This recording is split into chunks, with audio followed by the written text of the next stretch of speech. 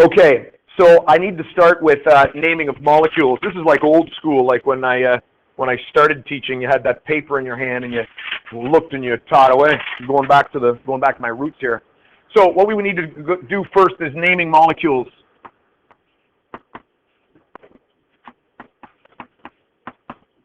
All right, and I'm going to just keep advancing a page, etc., etc. We're going to make this work. And in terms of naming molecules, this does not include acids, not acids. All right. And by the way, you can tell what an acid is. How do you know an acid from a regular molecule? It has an H in front of it. It starts with H. So starts with H. So we're not going to be talking about those in this particular little lesson that I'm going to do first before I teach you about acids. When we name molecules, we use what is called the prefix method. Prefix method. All right? And you know about this prefix method. We put a prefix in front of the element to tell you how many atoms of that type are in it, like carbon dioxide, 2 oxygens. You've heard of that before. I don't think this is new. That's why I want to go through it fairly quickly. Just a little note on what the prefix does. The prefix indicates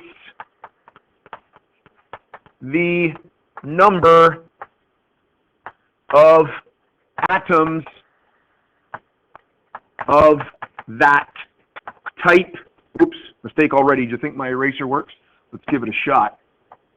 Oh, that's fun. It did work. The number of atoms of that type in the molecule. All right? I rushed through this when we did the hydrates, but this time I'm going to write it down. If I have 1, what's the prefix? Mono. Did you guys write that down last time? No. Okay, I'll do it quickly this time. 1, mono. 2, just tell me. Di. 3, tri. This is fun. 4, tetra. Excellent. 5. Oh, penta. 6, hexa. 7, hepta. And 8, octa. And we're going to stop there because you don't normally have molecular substances with 9 and 10 things bonded to it. All right? Okay? All right. So those are the prefixes. Let's simply do some examples. I wonder if I can extend the page. It says I can. Oh, that's fun. Oh, it's like I got a really long page now. Excellent. Let's do some examples. Examples. This comes right out of the notes. Carbon dioxide. Determine the formula. And I'm going to get this down to 2 of them because really it's straightforward. Dinitrogen pentoxide. Pentoxide.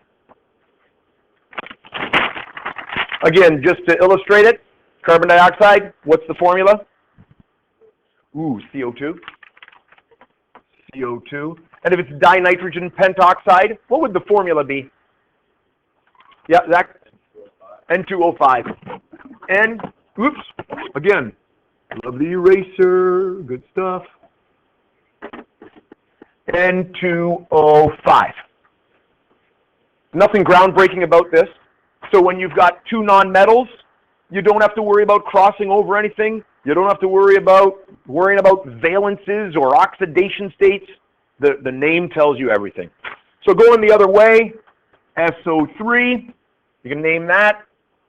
N2H4, SCl6, and we'll do a Cl2O.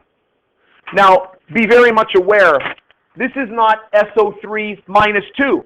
That's a completely different thing. We actually drew a picture of an SO3 molecule the other day, and then we drew a picture of an SO3 minus 2 ion, right? If it's minus 2, it becomes a sulfite ion. But neutral, we need to name it like a molecular substance. We need to use our prefixes. what's that going to be called? Yeah, Cameron? Sulfur trioxide.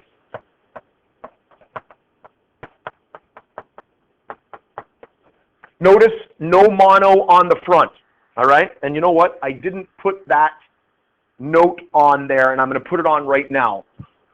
Special little note. Note, all right? If the first element is 1, you don't put mono on the front. If the second element is 1, you do use mono. But we never start one of our names with mono something. And that's excellent. That's exactly what it is. I'll put a little note on the side here just to differentiate that. If first element is 1, right, do not use mono, all right? You leave it off. You can use it if the second one is. So if we jump down to the bottom one here, we might as well do that since we're addressing it. What's this last one going to be called? Nice and loud. Dichlorine, because it's not only the end one gets side, right? Dichlorine monoxide. Dichlorine, because remember the first one still gets that INE or whatever ending. It keeps its name. Dichlorine monoxide. You don't put the other O in there. It's not like it's monoxide, like you don't put 2 O's in there. It doesn't look right. How about the second one here? What are we going to call this one? Somebody got it? Yeah, Rachel? Yeah, very good. Dinitrogen tetrahydride. Dinitrogen tetrahydride.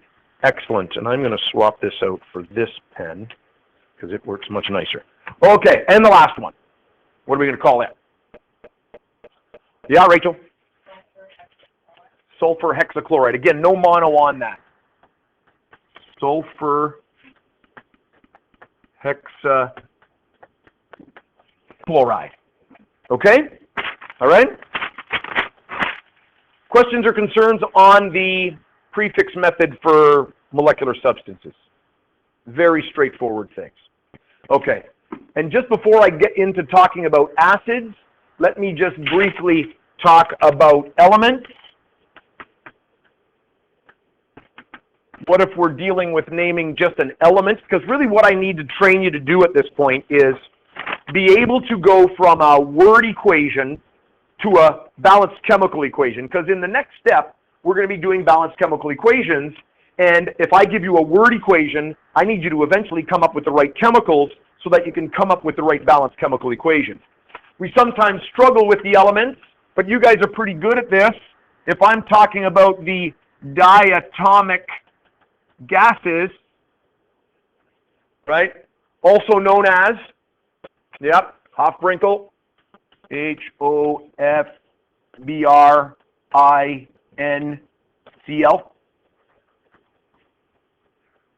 So if I'm asking for something like oxygen, the formula is O2. Or if I'm talking about bromine, the formula is Br2, etc., etc. And those are the only ones that get a 2, all right? And it's because we need 2 of those atoms bonded together in order to satisfy the full outer shell, satisfy the octet. And that's why those have those formulas, okay? And the second thing I want to just address under elements are just all the rest of them, right? All other elements are monatomic. It means they're all by themselves. So an example, copper is just Cu in an equation. Aluminum is just Al. Common mistake for some students is to put Al3. Why do they think they need to put Al3? Yeah, what do you got, Lily? Because it has a charge of 3. But if we're talking about a hunk of aluminum metal, then all of those atoms are neutral. They haven't gained or lost any electrons. Aluminum 3 would be a completely different thing. If I had aluminum plus 3, that's an aluminum ion. And an aluminum ion is different than an aluminum atom. 3 electrons different. Okay? So if it just says aluminum in the formula, we assume aluminum metal, which is just Al. All right? There's a very little bit of homework that can be done with this. I'm not giving you time right now because I am going to continue on and talk about the acids. And that is page 98, numbers 22 and 23. All right? Fairly quick. I wouldn't call it a rush job, but this is very much review, I believe. Is there any panic in the room at this point on this? All right? Took us about 5 days to learn about bonding and single, double, and triple bonds and coordinate covalent bonds and polar molecules. And it took me 10 minutes to tell you how to name them. Very simple. Okay? All right. Does everybody have everything written down? It's much easier when I do it this way because you can keep up with my writing, isn't it? Yeah, old school sometimes works really well. And I've recorded that. I'll let the principals hear it. They don't like old school. I'm done with that piece of paper. On to the next one. Acids.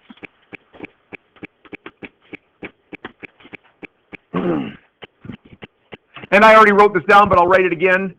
All start with H. All right? Now, my PowerPoint note on acids has a big paragraph on the properties of acids and where it comes from. Again, I want to streamline that. Sometimes less is better. Let's make a quick list of properties. What makes acids different in that they've got to have their own designation, I guess is what it is. Very quickly, you should recall from last year, tastes. Anybody know how to finish that? Sour. All acids are sour. They turn litmus paper. Okay, you got 50-50 chance. This is exciting. Very nice. Turns litmus red. How did you remember that? Justin, how did you remember that? Yeah, but you remembered something. You mean you just straight up remembered it? That's good. That's cool. I use a little mental game to remind me, what's the other color? And what turns litmus blue? Bases. Base blue. That's the way I do it. Has nothing to do with science. Anyway, science is a good answer. They are electrolytes. Electrolytes. Remember, electrolytes are solutions that conduct electricity. It's fun. Not only can you write what I say, which is why you like it, because you don't have to look up, because I have to say every word. I have to actually say it so slowly that if I don't, I'll spell it wrong, which means I'm actually spelling it for you, too. It's sad, isn't it? So sad. All right. Let me do a quick explanation on why it conducts electricity and why acids then are special. And I got to put one little kind of longish note, and you're right, I have to read it. Now I'm so conscious of what I'm doing here, it's going to be very difficult. Okay, let me just write it. See, it's much better when I just put the slide up. You guys write and I don't have to say a word. Now I got to read it. I'm conscious of me reading it. Here we go. When acids Dissociate. Oh, I don't want dissociate. Oh, dissolve. When acids dissolve in water. Don't laugh. We have a term when substances dissolve in water. Does anybody know what it is? We say that it becomes this. You know the term? It is soluble, but that's not the term I want. It becomes a solution. That's excellent. That's not the term I want. You're all both right. No. It becomes, it starts with an A. Nope. I'm just gonna give it to you. You may have heard it. It's called aqueous. Have you heard of that before? Aqueous? So when acids dissolve in water, in other words, they become aqueous. And we have a symbol for aqueous. Does anybody know what it is? Brackets, AQ. I apologize for the brackets in the brackets. So when an acid dissolves in water, in other words, it becomes aqueous, the H plus falls off and forms mobile ions. And these ions being able to move is what makes an electrolyte. We talked about that right at the very beginning. So let me just explain in a little more detail, and I would like to get to the bottom of the page so I could extend it. Beautiful. Okay. So I'm going to do an example to illustrate all three. So across here, I'm going to put an example of, no, not an acid. I'm going to put an example of, an ionic compound. Ionic. And in the middle, I'm going to put acidic, an acid. And on the right, I'm going to put a molecular compound. Molecular compound. Okay? All right? And I'm going to draw a little beaker here. All right? I wonder if I can even use blue. Can we put some water in it? Oh, that's exciting. It's blue. And I'm going to put some NaCl in that water. And it's a solid, right? It's a crystal. And when that happens, the NAs and the Cls separate out, and we have mobile ions. Mobile ions. It conducts, right? Okay? If we have a molecular substance, okay, like sugar, I'm going to try to think of a formula for a sugar molecule, C6H12O6. Biology people, what did I just put up there? The glucose molecule? I believe you. It's good. Good stuff. Glucose. It's a sugar. When you put glucose or a molecular substance in the water, it doesn't fall apart. C6H12O6. That thing stays together. No mobile ions. An acid. I'm going to use HCl. And when HCl is in its gaseous state, it's a molecule. All right? That thing is a molecule just like the sugar or the glucose is a molecule. They're bonded non-metal atoms. All right? When you put an acid in water, you would think if it's a molecule that it should sit in the water and do nothing, because that's what molecules normally do. But this is what makes acids different. When you put an acid molecule in water, it breaks into its ions and forms mobile ions, which means it's a molecule until it gets into solution, and then it behaves as if it's ionic. And that's why acids are kind of on their own.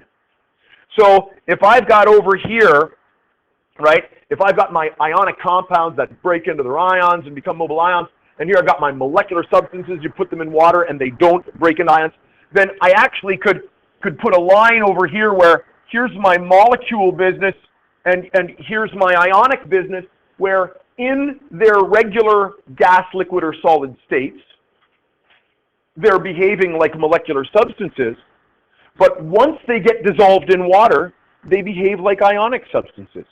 It's like they've got a dual personality, okay? All right? And that's why we name acids using a different method. And they've always been historically known to be special, all right? Okay, so that's why we have to treat acids on their own. Okay, let's just get into some naming. So we'll extend the page some more. This extending the page is great. It's the easiest. It's easier than like taking the brush and cleaning off the board. Let's now talk about naming acids. Naming acids. The first group I want to talk about are called oxyacids. Okay. They are essentially, that's supposed to be an O, oxyanions with H pluses added. All right?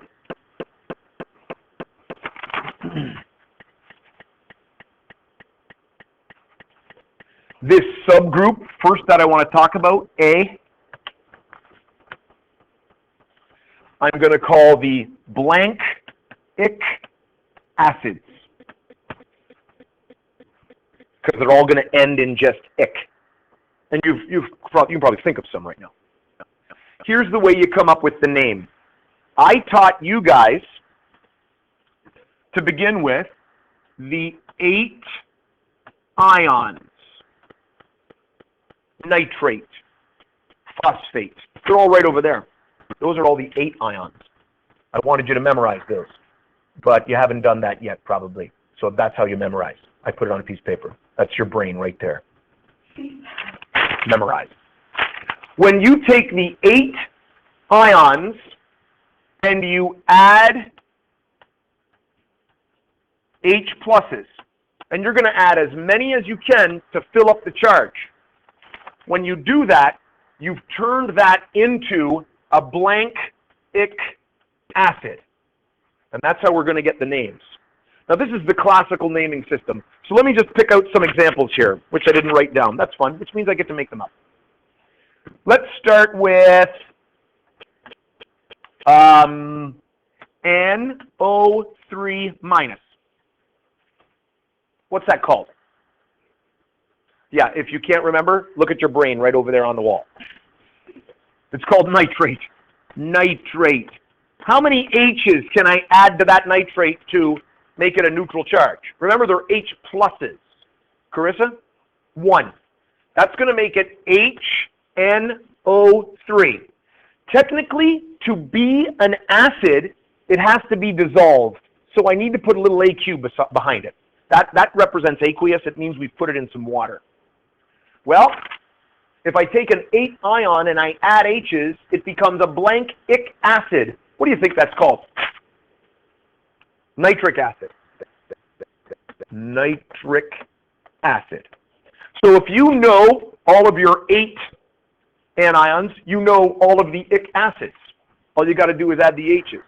So when you're determining formula, right? Oh, that's pretty far. Let's bring that guy back so we can see a little bit. When you're determining formula, right, let's just say I put down this H2CO3. You're going to be looking at the CO3.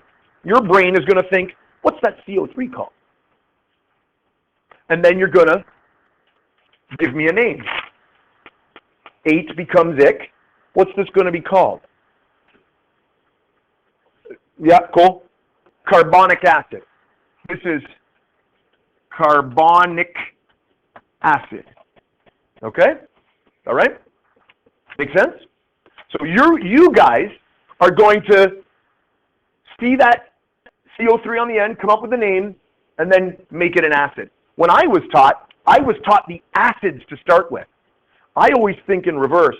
When I see an SO4, I think sulfuric acid, H3SO4, so that's SO4 minus 2, or sorry, H2SO4. I think backwards the other way. You guys have just been trained forward. Let me give you another example here just to finish it off. HClO4. Now notice I've tricked you a little bit. I've added an O. What do we call that when you add one O? What's that ion going to be called with one O added to it? Yeah, Dave? It's a perchlorate, but it still ends in 8, right? If I add an H to it, what's it going to be called? Perchloric acid. Very good. Perchloric acid. All right? So even if they're per something, it still becomes ick. Question? It's going to be equal to the same as the charge, right? Yep. That's because that's going to get rid of the charge. Actually, here's a fun one. This is a fun one here. Let me just move this down here. I should have did this one, but I'll still do it. HiO4. I didn't change much. I just put iodine. The reason I did because you get a funny answer. It makes me giggle. What's IO4? What's IO4?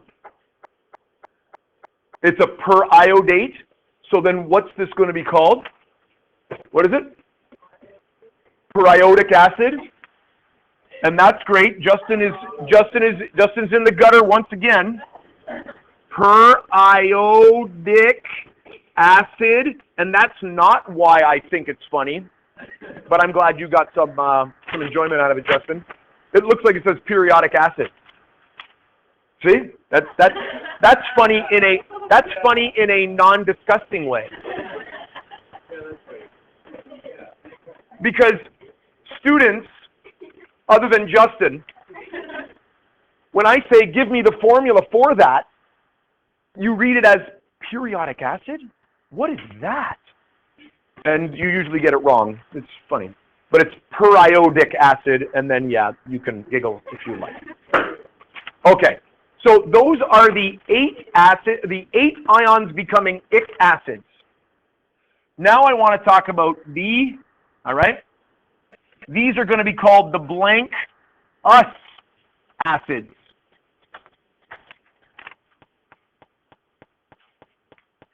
And the rule that goes with that, any ion that ends in ite, because we know that we've got our ite ions by getting rid of those, our ite ions, when H pluses are added, become blank us acids. I write a lot neater on this than I do on the board. That's interesting. Okay? So again, let's just do some examples here. I'll start off with a slower one. We'll start off by writing down, let's just go with SO3 is a tough one. But anyway, we'll do it. SO3 minus 2. So I've memorized my table. That's a sulfate. So what's that guy? It's a sulfite ion. Sulfite ion. I'm going to add some H's. How many H's am I adding? I'm adding 2.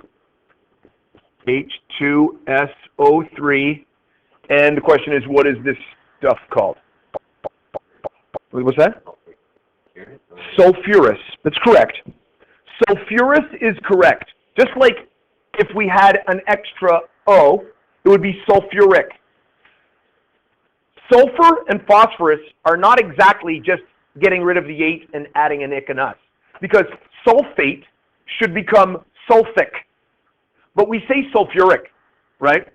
And sulfite should become sulfus, but we say sulfurous. Just like phosphate doesn't become phosphic. It becomes phosphoric, all right? So we do have a little add-on there for those two. So this is sulfurous acid, okay? So again, just to do a couple more examples, I could have, goodness gracious, H2CO2, right? And what would the name of that be? Yep. Carbonous acid. Where you have an ick and you remove an O, it becomes an us. That's exactly the way it works. You could work your way down that way. You could make a list of all the ick acids, and when you remove an O, it becomes an us acid. That's another way of thinking of it as well. So this is carbonous acid. All right? And let's finish off with one more. H3PO2, where we've taken 2 away. What was the front end of that thing? It wasn't hydro. Hypo. Yeah, it's not. Yeah, phosphorus. Hypophosphorus. Yeah. Hypophosphorus acid. Okay? So if it ends in 8, it becomes an us acid. All right? Okay? And you guys, the way your brains are functioning, you see the H's on the front, then you're going to be locating what that is, figuring out whether it's an 8 or an 8, and then you either put an ick or an us ending on it. Okay? All right. One more type of acid. And we will extend the page. We'll keep going on this one. So I believe I had 1 oxyacids, A and B, correct? And this is now 2. These are called binary acids. Binary acids are actually much simpler than the oxyacids. It's simply non-metal atom with H's, or H pluses. I have a name for these as well. These can be thought of, right? We had the ick acids and the us acids. These are the hydro blank ick acid. And that's a little confusing because now we've got a hydro that's going to go in front of it. It actually has a longer name than the oxyacid, which is just ick, but they're smaller molecules. So some examples, HF. Again, to be truly acids, they should be all aqueous, but I'm not going to sweat about that. I want you to worry about getting the names down. But for an acid to truly exhibit acidic properties, for it to truly taste sour and turn litmus red and be an electrolyte, it must be dissolved. Okay? If it's not dissolved, it's not doing its acidic thing. Okay? But if you don't put an aqueous behind it, I don't care. What's this one going to be called? Does anybody know? Yeah, what do you think, Rachel? Yeah, hydrofluoric acid. Hydrofluoric acid. There you go. Nobody's laughing at me anymore. That's good. You got over it. I could go all the way down the noble gases, right? Sorry, what am I saying? Noble gases. I could go all the way down the halogens, but I'm not going to do all of them. Let's just skip over a few. Let's do an HI, just so that Justin can giggle again. Justin, do you have a name for that for me? Oh, all right. Sorry? Hydroiodic, that's correct. Hydroiodic acid. Hydroiodic acid, yeah, that's right. And obviously we could have a hydrobromic acid and a hydrochloric acid. I'm not going to write them all down. Let me just do a couple of others that go in this group that you might not be sure of. H2S. If I put it with oxygen, it becomes water, right? And that's a very special case. It's not technically an acid. That's a little bit of a lie, but I'll tell you why that is later. It's not an acid. For now, it's not an acid. But sulfur, it is when we add hydrogens to it. What's this going to be called? Hydrosulfuric. Very good. Hydrosulfuric acid. All right? There's also one other exception that goes on that, and that is HCN. And I know that that isn't a binary acid anymore, but if you take a look at what the name of CN is, you should be able to take a look on the back of your sheet or on your data sheet. It's cyanide, just like this is fluoride and iodide and sulfide. This is cyanide. So what should this be called? Hydrocyanic acid. Yep. Hydrocyanic acid. I guess we could come up with a way, you know how with the first two I said ate becomes ick and ite becomes us. It turns out for all of these, if it's an ide ion, right, if it's an ide ion and you add H's to it, then that ide ion becomes a hydroblankic acid. So if it's elements by themselves and it's like iodide, fluoride, chloride, add H's to it, it becomes hydrobromic, hydrofluoric, etc., etc. Okay? All right. That's the last of the acids that I'm going to teach you about. I do want to talk about one last thing. Well, no, there's a couple of last things. I shouldn't say that. I got a few more things to do. IUPAC.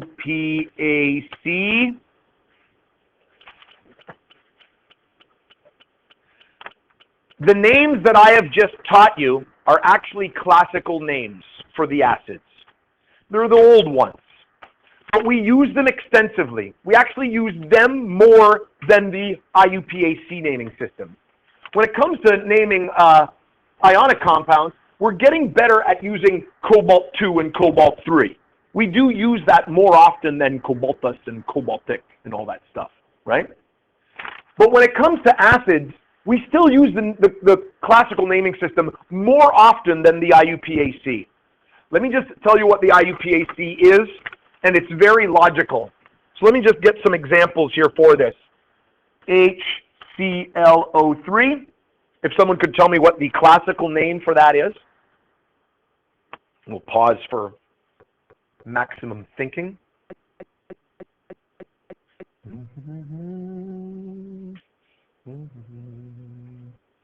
It is easy. A hand up. What do we got? Cool. No, that's not hydrochloric acid. Nope. Sorry? It's just chloric acid, right? Because it came from the 8. That's confusing. Sometimes we think the bigger molecule should have the bigger name, but it's actually backwards, right? The bigger molecule gets the smaller name. This is chloric acid.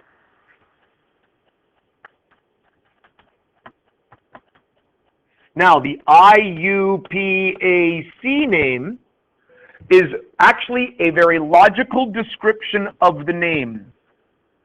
This is aqueous hydrogen, and what's that hydrogen bonded to? What is this thing? It's a chlorate. It's aqueous hydrogen chlorate. So the IUPAC name is simply just naming the ions, just like we did when we named ionic compounds. So they treat it like an ionic compound. This is aqueous hydrogen chlorate. So if I had something like this, HBr aqueous, what's that classical name going to be? Small molecule, big name, backwards. What is this one? Yep. Randy, you got it?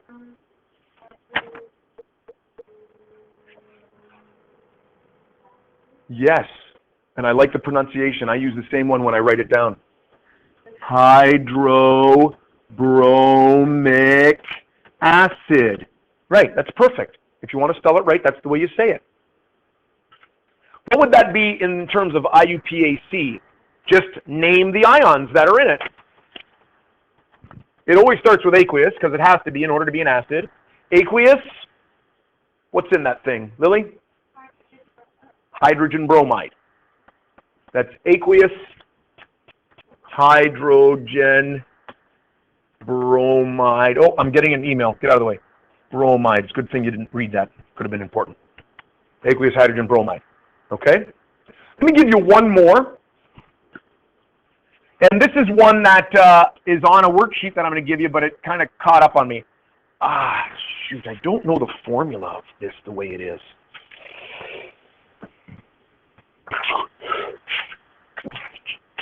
Erasing.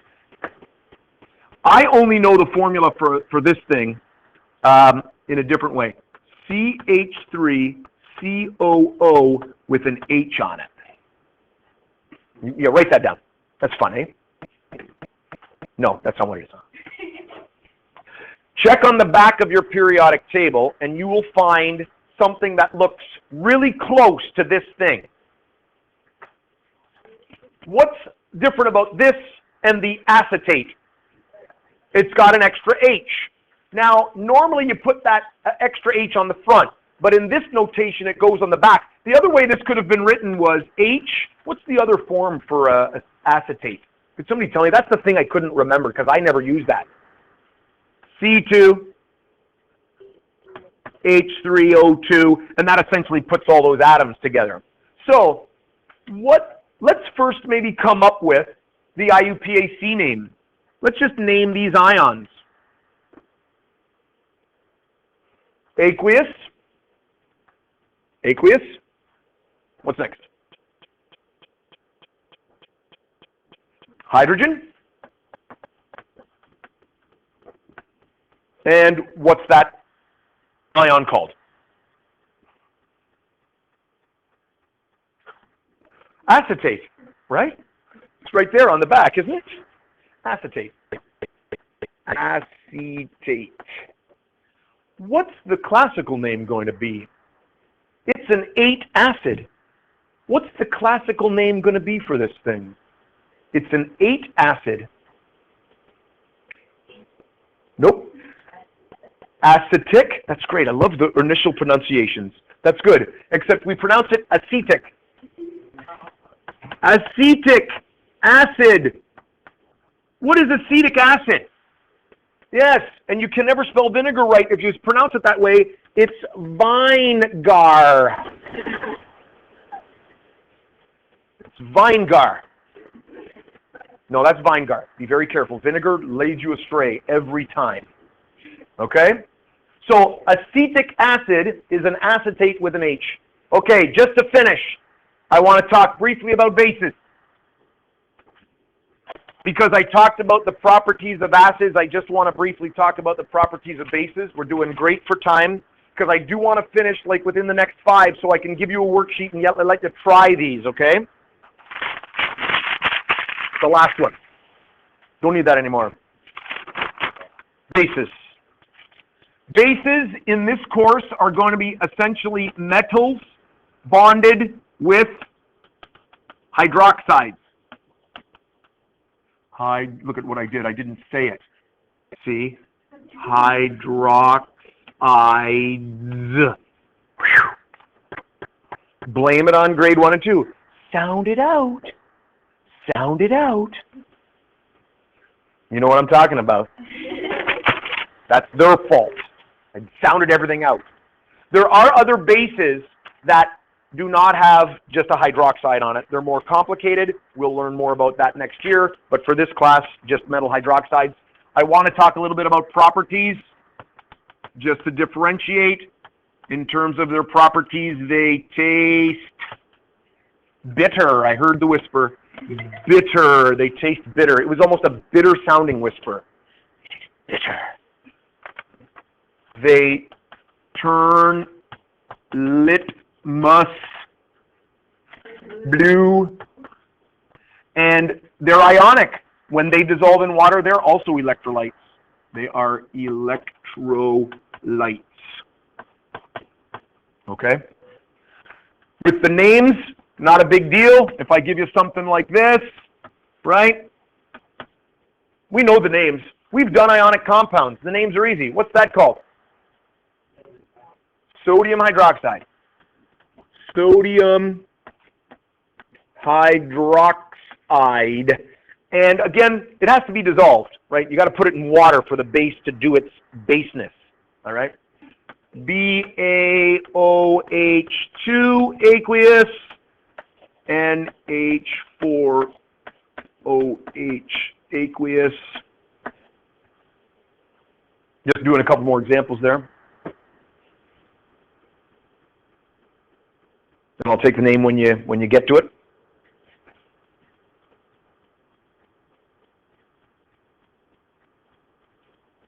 What do you got, Kristen? No. You don't know? What's the name of this thing on the front? Barium. What's the thing on the back? Hydroxide. Barium hydroxide.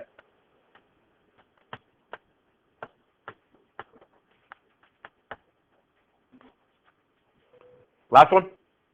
Yep, cool. Ammonium hydroxide. There are others. These are just some examples. All right. I wanted to put the ammonium hydroxide because technically it isn't a metal, but it does have a +1 charge, so it can be paired with that. Okay, now I didn't write down the homework because I did keep the PowerPoints open, so let me go to the PowerPoints here, and I'm going to bring right to the end. And again, look at all the writing, blah, blah, blah, blah, blah, blah, blah, blah, blah, blah, blah, blah, blah, all on and on and on. There is the homework you can do. Whoops, what the heck? There it went. There it is. Oh, and there it went. What are you doing to me? There's the homework you can do. So the top part is naming. All right, that's from today's lesson. This is the review in preparation for the test. So if you've got time to work on it on the weekend, then when you come in on Monday, you'll have questions ready, right? Not a bad plan. And then I also have an extra acids and bases worksheet that's just practicing the acids and bases that we just did now, okay? Before I hand that out, I'm going to stop the recording.